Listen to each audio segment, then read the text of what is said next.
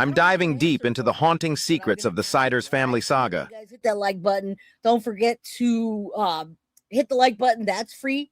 We have a goal up. If you can help with the goal, that would be awesome. All right, so let's drop out of here because we're gonna also, like I said, I ask you, do you think that she's the victim in this case? I have some other things I want to share with you before I get to that. Okay, so that's some information about her. And then there she is. See, this is Ohio mom 5 years prior. Lawyers say she was a teenage bride, and the while newly surfaced family posts claim she was indoctrinated and estranged from them for years. All right, so that clicked onto something else, but you can see the difference, right? I hope you can see the difference because I mean, it is a life-changing difference, okay? All right, so let's get on to you. We're going to talk more about Elizabeth and all of that stuff. So let me get to that. Let's continue here a little bit more. I have so many things to share with you guys. Okay, so this was some of the paperwork that came out today. Ohio House of Horrors. They all waived their right to a preliminary hearing. They want it done, guys. They want to finish, and they think they're getting out. Prosecutors moved to appoint Highland County prosecutor Aneka Collins as a special prosecutor. Moved to appoint Highland County prosecutor Aneka Collins as a special prosecutor. Elizabeth Sider's attorney, Thomas Stoley, filed a jury demand, while Gary Sider Sr.'s attorneys asked the court to reduce his $300,000 bond, citing his medical condition. All 4 defendants have pleaded not guilty. Now, here is the plaintiff, Elizabeth Siders. All right, this is July 7th, 2026, stamped this morning. Now comes the defendant by and through on behalf of counsel and hereby demands a jury trial in the above entitled cause provided for Ohio Revised Code and protected by 16th and 14th Amendment. There's her lawyer, signed and sealed. We're going to trial. We're going to hear about this. DNA testing is underway, guys. All right. And the new records reveal shocking Siders family past, which we're getting into that right now. I'm going to drop this down and we're going to get into that. All right. So let's take a look at the past. What happened? The conjoined twins years before daughters. How many children do they have? Anyone know? Can we count that high? All right, let's go. All right. Family past, new records, guys. Everything's coming out now because if they want a trial, especially the mother, that means that everything's got to be put into the court system, and it's got to be filed, and motions got to be approved, and dates and hearings and things like that. All the legal jargon's got to happen. All right. Yeah, she looks like she needs. They all look like zombies. It's like House of 1,000 Corpses. I know. I know their last name is Cedars, but I don't care. We're just gonna call them the House of 1,000 Corpses. They're the zombie family. All right, let's continue. Good to see everyone. I'm gonna read you guys some articles for a bit. So if I don't answer you, you guys can make do with the beautiful mods in chat. They know. All right, new records reveal shocking Cedars family past. All right. The case does grow ever more disturbing as newly obtained records reveal Elizabeth lost premature conjoined twin daughters years before the prosecutors say 16 children were found living in squalor. All right, there's the four what is it, like it's also Saw is Family. It's like the Texas Chainsaw Massacre movie. All right, that's what they look like. Now the Cedars family saga is going to continue for quite a bit. It's grown more twisted, tragic, and bizarre as the new details emerge. All right, newly obtained records shed additional light on the background of the Ohio couple accused of endangering their 16 children, revealing that Elizabeth Siders, her, at just 15 when she married Gary Siders, then 18. Now, even more shocking, the couple previously lost premature conjoined twin daughters shortly after birth. All right, I'm gonna put that up too because they have a little like a little grave type of marker. Now, according to marriage records obtained by Mason County Courthouse in West Virginia and first reported by WOWK13, Gary Siders Jr., who's now 36, and Elizabeth, sorry, I keep saying Cedars, it's Cedars, now 33, were married on March 31st, 2008, after receiving the required consent from Elizabeth's parents and the presiding judge because she was a minor. Guys, she was a minor, 13 years old when she met Gary. Now, the records list Elizabeth as 15 and Gary 18. At the time, they both lived in Gallia County, Ohio. I'm not sure if I'm saying that right, Gallia, but I'm not from there. Just 2 houses apart.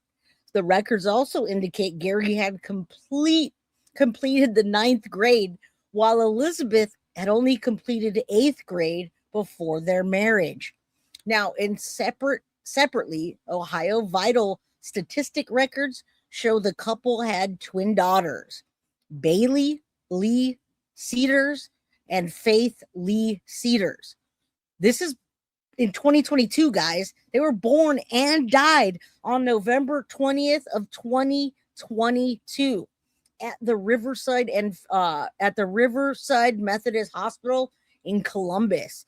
Now, the records indicate the girls were delivered at 24 weeks gestation and were diagnosed as, I'm not really sure how to, thoracopagus conjoined twins, which means a condition in which the twins are joined at the chest that medical literature identifies as the most common form of conjoined twins. All right, their death were ruled natural causes, and it makes me wonder, were there other deaths in between and before? Now, the twins, guys, those twins are not referenced in any of the criminal complaints filed against the Cedars family. Gary Cedars and Elizabeth, Gary Cedars Sr. and Christina each face 16 counts of felony child endangerment after authorities removed 16 children from the family's Vinton County home on June 30th. Prosecutors have not alleged any criminal wrongdoing related to the twins' birth or to their death. All right, so that came out, and I don't want to pull that back up, but I'll put this up there. So we found 2 more kids, and the math ain't mathin'. You're going to see what I mean in a second. All right, come on in, guys, my beautiful people. Love you guys. Big hugs.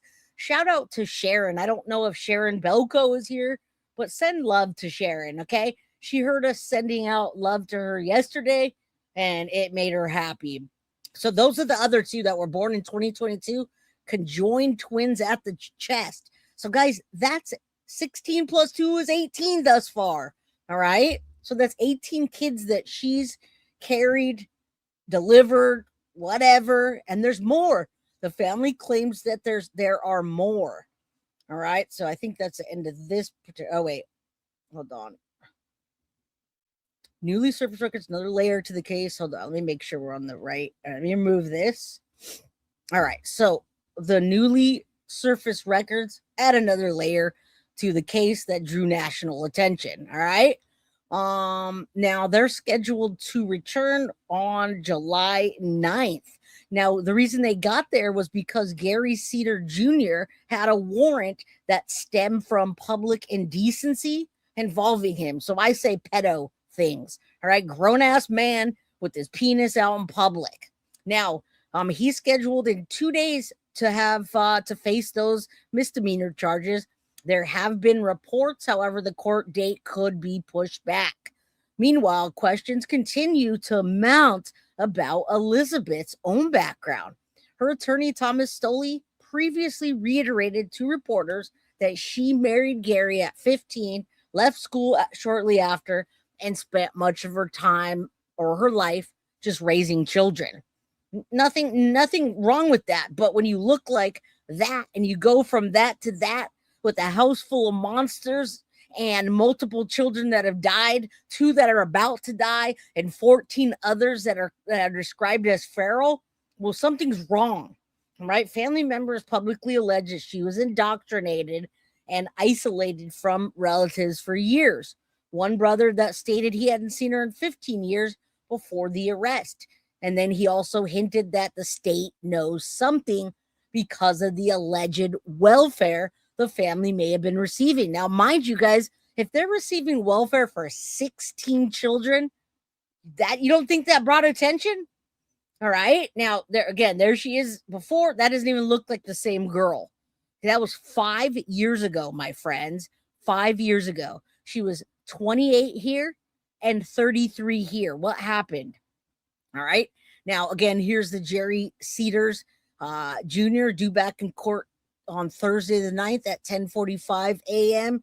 It's the indecency charges. There's probably not going to be much on that, but that reportedly led investigators to obtain the June 30th search warrant, during that execution of which they discovered the 16 children.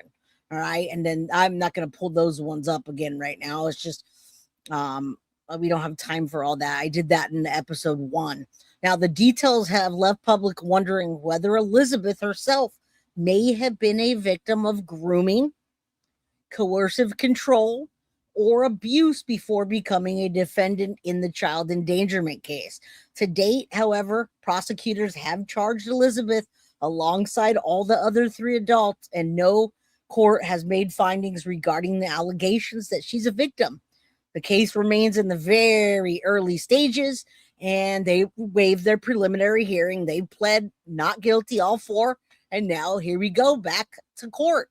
That's not what we're doing right now, but they are.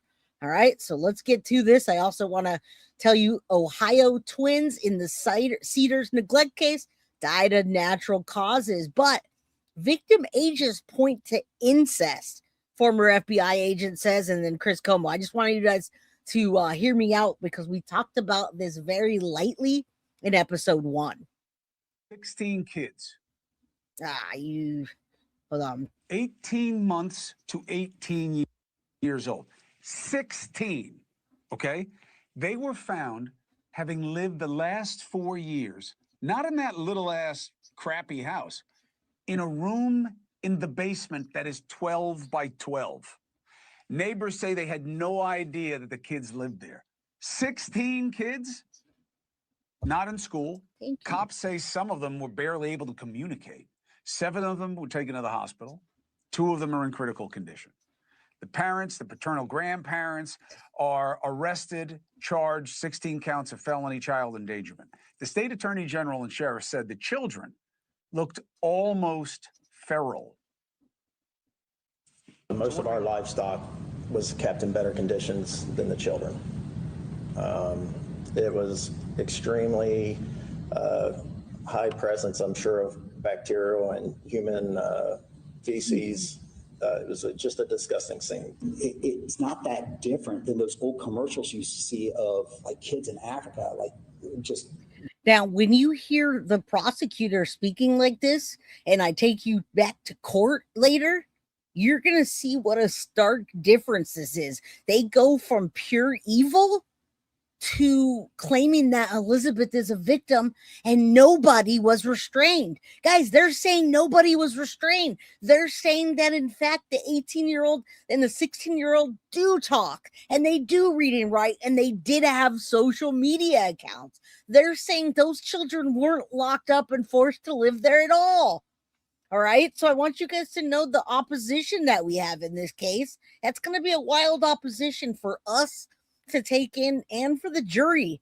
All right. So it's just I can't understand. DNA testing's coming back, and then we'll find out who's who and what's what. At least then we'll find out if there's incest was there. All right, let's continue. Come on in, guys. They called them feral. You heard that. Where they're covered in bugs and squatting and had that like distant look in their eyes. It's terrible. I mean, it is absolutely terrible. So, well, how did it happen? Okay, we don't need these guys to tell us how bad it is. We get that, right? We get it. How does this happen?